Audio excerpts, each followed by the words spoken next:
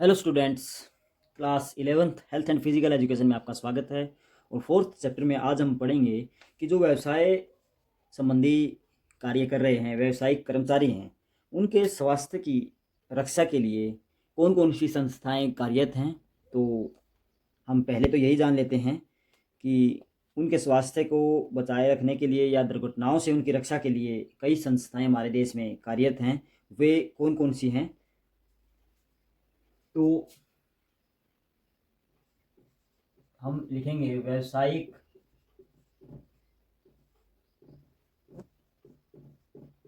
कर्मचारियों के स्वास्थ्य के लिए कार्यरत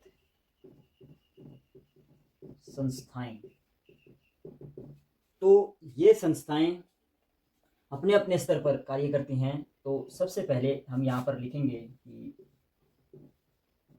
केंद्रीय संस्थाएं।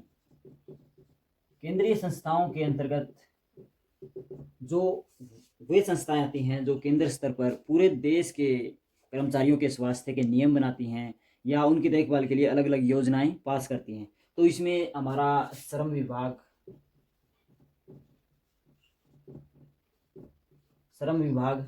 व स्वास्थ्य मंत्रालय व खाद्य सुरक्षा मंत्रालय या कई फैक्ट्रियों या कारखानों के ऊपर जो विभाग होते हैं, केंद्रीय स्तर पर उनके संगठन होते हैं, वो भी इसके अंतर्गत आते हैं। तो इसमें हम यहाँ पर लिखेंगे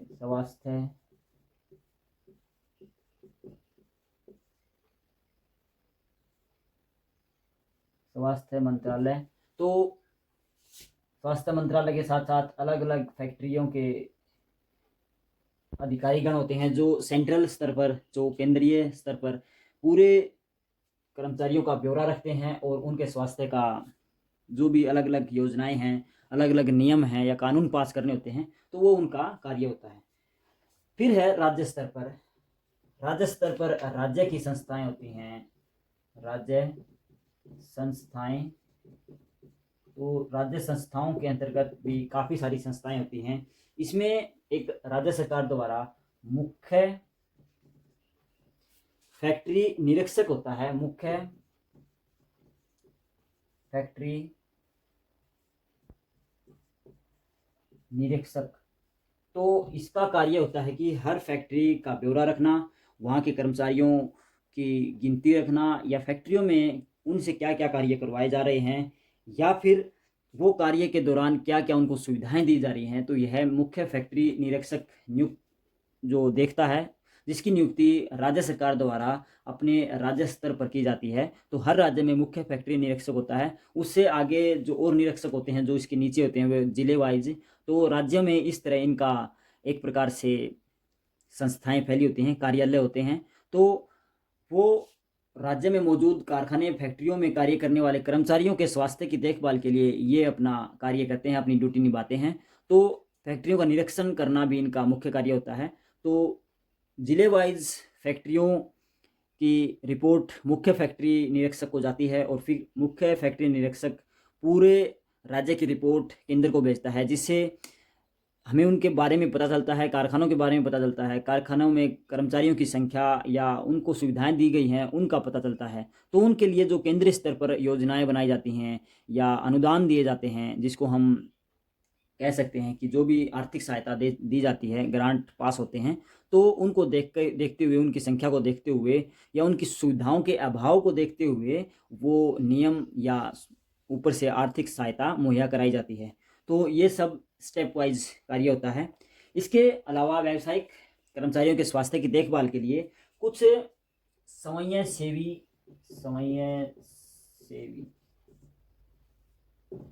सेवी संस्थाएं भी होती हैं जो अपने स्तर पर लोगों के भले के लिए कार्यरत हैं। तो ऐसी भी काफ़ी संस्थाएं भारत में मौजूद है जो किसी दुर्घटना का शिकार होने पर या कहीं कोई दुर्घटना हो जाती है, वहाँ पर लोगों के या कर्मचारियों के स्वास्थ्य की देखभाल के लिए वहाँ जाती हैं और उनको तुरंत मेडिकल सुविधा या कोई और अन्य सुविधा की ज़रूरत होती है तो वो मुहैया कराई जाती है। तो काफ़ी करीब समाज सेवी संस्थाएं हैं जो भारत में कार्य कर रही हैं। दुर्घटना होने पर वो वहाँ पर सुरक्षा मुहैया करवाती हैं, या दुर्घटना से घायल व्यक्तियों को इलाज दिया जाता है, या उनको कोई कृत्रिम अंगों की आवश्यकता होती है तो वो भी स्वयंसेवी संस्थाएं उनको लाभ देती हैं। तो ये हमारे देश में संस्थाएं हैं जो व्यावसायिक कर्मचारियों के लिए स्वास्थ्य सुविधाएं मुहैया करवाती हैं। फिर आगे हम सरकार द्वारा कुछ नियम बनाए गए हैं, कुछ कानून जिनको अधिनियम कहा जाता है, तो वो बनाए गए हैं जिससे उनका काम का दायरा, काम का समय, काम का वजन या उनका अलग अलग एक प्रकार से निश्चित किया जाता है कि किन कर्मचारियों को कहाँ काम करना है, कितना काम करना है, और काम करने की दर, अर्थात वो कितना, उस काम से कितना उनको पैसा मिलेगा, न्यूनतम मजदूरी हम कह सकते हैं, तो वो भी इस माध्यम से इन नियमों में बताई गई है। तो वो भी जान लेते हैं। भारत सरकार द्वारा काफ़ी नियम बनाए गए हैं जो केंद्रीय स्तर पर बनाए जाते हैं और जो पूरे देश में लागू होते हैं। तो व्यावसायिक कर्मचारियों के स्वास्थ्य के लिए हम यहाँ पर लिखेंगे, स्वास्थ्य के लिए बनाए गए अधिनियम कह लो, या इनको हम नियम भी कह सकते हैं। अधिनियम का अर्थ है ये नियमों का एक समूह है, ढांचा है, जिसको पूरे देश में लागू किया जाता है। तो सबसे पहले भारत आज़ाद होने के बाद एक नियम बनाया गया जिसको हम फैक्ट्री अधिनियम 1948 कहते हैं। तो फैक्ट्री अधिनियम 1948, तो इसमें क्या बातें बताई गई, कुछ बातें इसमें निश्चित की गई कि लोगों से ज़्यादा काम ना लिया जाए और उनके स्वास्थ्य की रक्षा भी हो सके। तो इस अधिनियम में कुछ बातें निश्चित की गई। तो सबसे पहले हम चर्चा करेंगे कि उस समय भारत आज़ाद ही हुआ था, लोगों को पता नहीं था, ना ही लोग शिक्षित होते थे, तो उनको बेसिक बेसिक सी बातें इस नियम के अंतर्गत बताई गई हैं। तो वो भी हम चर्चा कर लेते हैं। सबसे पहले है चिकित्सा संबंधी लाभ। तो इसमें कर्मचारियों के उपचार के लिए कुछ ऐसी सुविधाएं दी गई कि उनका फ्री इलाज हो सके, फ्री उनको दवाइयाँ उपलब्ध हो सकें। तो इसमें हम यही लिखेंगे कि चिकित्सा संबंधी लाभ इसमें कर्मचारियों का निश्चित किया गया, क्योंकि अंग्रेजों के समय कोई सुविधाएं जो फैक्ट्री या कारखानों में काम करने वाले मजदूर होते थे, कर्मचारी होते थे, उनको नहीं दी जाती थी। मगर भारत आज़ाद होने के बाद उनको काफ़ी सुविधाएं भारत सरकार द्वारा दी गई, और उन कानूनों में कोई अगर कटौती करता है या उन कानूनों को तोड़ता है तो उनके लिए सजा का भी प्रावधान किया गया था। तो चिकित्सा संबंधी लाभ हम यहाँ पर लिखेंगे, चिकित्सा संबंधी लाभ दिए गए कर्मचारियों को काफ़ी सारे, उनको फ्री में इलाज या दुर्घटना होने पर उनको कुछ लाभ दिया जाता था, उनकी चिकित्सा फ्री में, या उनकी जो एक प्रकार से उनको अगर किसी अंग में उनकी दिक्कत आती है तो वो अंग भी उनको कृत्रिम रूप से या डोनेट के माध्यम से उनको दिया जाता था। फिर है न्यूनतम मजदूरी निश्चित की गई इस कानून के अंतर्गत। न्यूनतम भत्ता कितना दिया जा सकता है तो वो अलग अलग कार्य के अनुसार निश्चित किया गया। तो न्यूनतम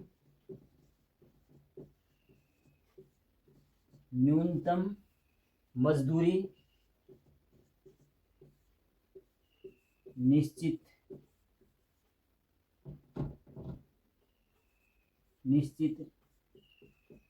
की गई।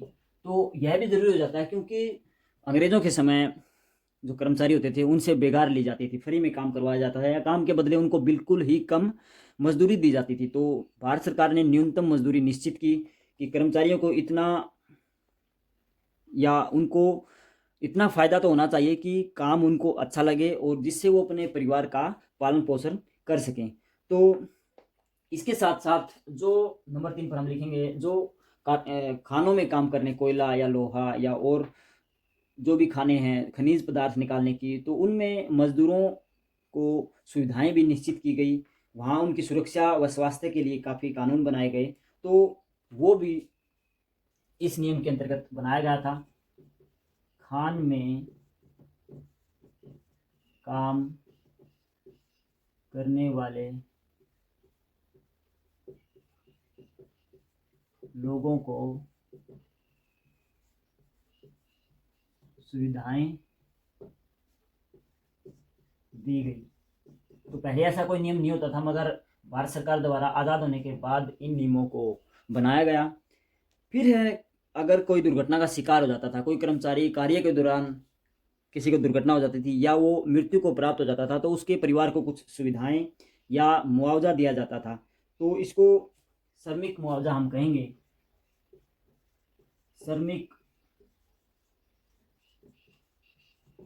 श्रमिक मुआवजा दिया जाता था, वो अलग अलग कार्य के अनुसार होता था।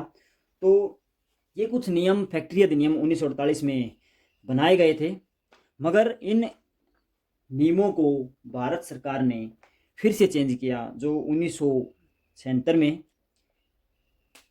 जिसको हम 42वां संविधान संशोधन बोलते हैं। तो उसके द्वारा भी श्रमिकों के स्वास्थ्य को सुधारने के लिए फिर से कुछ बातें ऐड की गई, वो भी हम जान लेते हैं। तो वे कौन कौन सी बातें थी? 1948 में जो छूट गई थी, या हम कह सकते हैं उनकी तरफ ध्यान नहीं दिया। तो 1948 के बाद हम यहाँ लिखेंगे फैक्ट्री अधिनियम 1976। तो 1976 में फैक्ट्री अधिनियम बनाया गया। इस दौरान काफ़ी सारी बातें इसमें ऐड की गई जो पुराने नियम में नहीं थी। तो इसमें सबसे पहले तो यही था कि नवयुवकों को रोजगार। इस अधिनियम के अनुसार नवयुवकों को जो काम पर रखने की व्यवस्था थी, उनको स्वास्थ्य प्रशिक्षण दिया जाता था। सबसे पहले स्वास्थ्य को सही रखने के लिए कुछ बातें बताई जाती थी। महिलाओं और बच्चों से कठिन काम नहीं लिए जाते थे, और एक आयु निश्चित की गई नवयुवकों की भी कि 14 वर्ष से कम आयु के बच्चे को नौकरी पर नहीं दिया जाएगा। कोई भी फैक्ट्री या कारखाने में 14 वर्ष से कम वाले उम्र वाले बच्चे को काम पर नहीं लगाया जाएगा। यह कानूनी रूप से अपराध माना गया। अगर कोई 14 वर्ष से कम किसी बच्चे को, नवयुवक को अपने काम पर फैक्ट्री में रखता है, तो उसको सज़ा का प्रावधान या कानून तोड़ने पर उसको कुछ सज़ा दी जाती थी। तो यहाँ पर हम लिखेंगे कि नवयुवकों को रोजगार देना यह सरकार की जिम्मेवारी होती थी। या 14 वर्ष से पहले काम नहीं ले सकते। तो इस कानून के अंतर्गत ये बात निश्चित की गई, क्योंकि 14 वर्ष तक भारत सरकार ने बोल रखा था कि 14 वर्ष तक बच्चे को शिक्षा ग्रहण करनी होती है। तो 14 वर्ष से पहले अगर वह कारखाने में कोई कार्य करेगा तो अपनी शिक्षा पर सही ध्यान नहीं लगाएगा। इस कारण 14 वर्ष से पहले बच्चों को कार्य करने की मनाही थी किसी भी कारखाने या फैक्ट्री में। फिर है, इस अधिनियम के अंतर्गत बच्चे, स्त्रियों व कर्मचारियों की जो भार वहन क्षमता है वह भी निश्चित की गई, जिससे उनकी सुरक्षा हो सके। तो श्रमिक अपनी क्षमता अनुसार ही वजन उठाएगा, ज़्यादा उस पर वजन नहीं लादा जाएगा। तो जो भार ढोने की क्षमता है, भार ढोने की क्षमता निश्चित की गई। तो इस नियम में भार ढोने का कार्य भी निश्चित किया गया। उसे अपनी क्षमता से ज़्यादा अगर कोई काम लेता है तो वह भी अपराध माना गया। तो ऐसा नहीं कर सकते। इस नियम के अंतर्गत जो भी फैक्ट्रियों में कर्मचारी काम कर रहे होते हैं उसके काम के घंटे निश्चित किए गए। सप्ताह में 8 घंटे या नहीं, सप्ताह में 48 घंटे या एक दिन में 8 घंटे निश्चित किए गए। दिन में 8 व सप्ताह में 48 घंटे काम। तो यह निश्चित किया गया कि कोई भी फैक्ट्री या कोई भी कारखाना किसी कर्मचारी या किसी मजदूर श्रमिक से 8 घंटे से ज़्यादा एक दिन में कार्य नहीं ले सकता।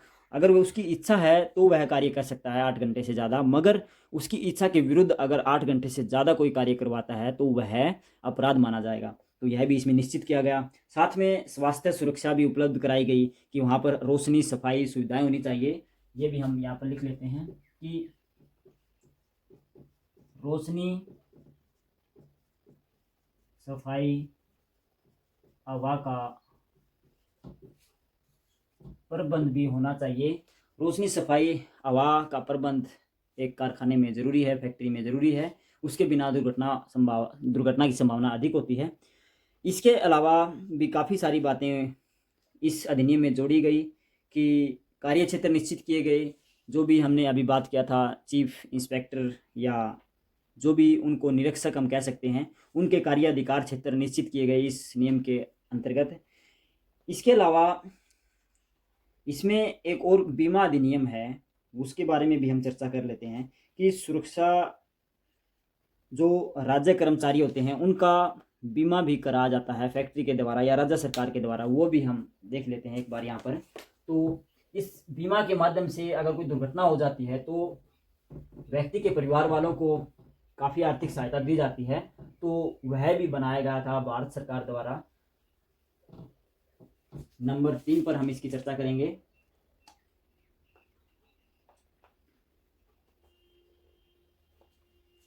नंबर 3, राज्य कर्मचारी बीमा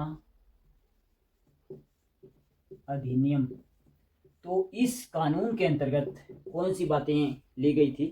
तो इसमें ये भी 1948 में ही बनाया गया था, राज्य कर्मचारी बीमा अधिनियम।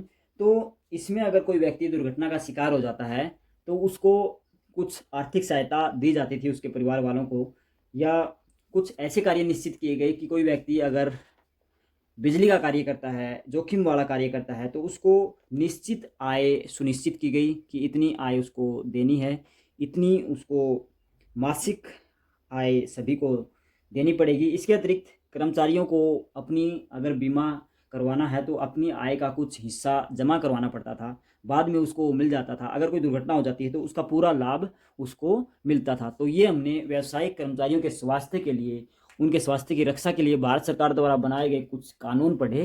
तो इनको आप अपनी नोटबुक में अच्छे से नोट करें, क्योंकि ये एक याद रखने योग्य बातें हैं कि समय अनुसार सरकार के नियम बदलते रहते हैं, समय अनुसार सरकार को अपने कानूनों में बदलाव करना होता है। तो हर परिस्थिति को देखकर कानून बनाए जाते हैं। तो सबसे पहले 1948 में कानून बनाया गया कि फैक्ट्री में काम करने वाले जो भी कार्य कार्य कार्य कर्मचारी हैं या श्रमिक हैं, तो फैक्ट्री अधिनियम 1948, और फिर उसको संशोधित किया गया, उसमें कुछ कमियां थी उनको दूर किया गया फैक्ट्री अधिनियम 1976 के द्वारा। तो काफ़ी सारी बातें हैं हम इनमें जान सकते हैं। तो आप, मैंने जो मुख्य मुख्य बातें लिखवाई हैं, केवल आप उनको अच्छे से नोट करें और उनको अच्छे से पढ़ेंगे तो आप इनके बारे में अच्छे से जागरूक भी हो जाएंगे। तो आप इनको अच्छे से नोट करें व अच्छे से समझें।